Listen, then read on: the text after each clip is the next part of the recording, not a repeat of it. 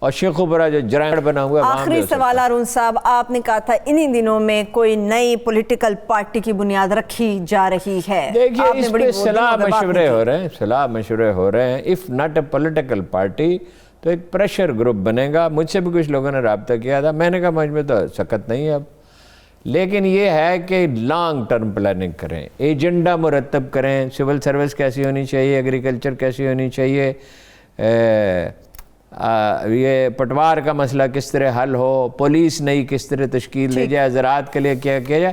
اس میں جن لوگوں کا نام لیا جا رہا ہے اس میں ایک میں آپ کو بتا دیتا ہوں، اپنا ہارون خواجہ صاحب کا نام لیا جا رہا ہے، حالانکہ ابھی ان سے رابطہ نہیں کیا لوگوں نے. ٹھیک ہے، تو یہ کوئی ہے، یعنی یہ فوری الیکشن کے لیے نہیں، اگلے الیکشن کے لیے نہیں، ممکن ہے اس میں اس وقت تک کوئی ڈھانچہ بن جائے، مگر یہ اس پہ غور و فکر ہو رہا ہے. ٹھیک ہے، تھینک یو سو مچ ہارون صاحب. وقت ختم ہو گیا، مجھے اجازت دیجیے، اپنا خیال رکھیے، اللہ حافظ.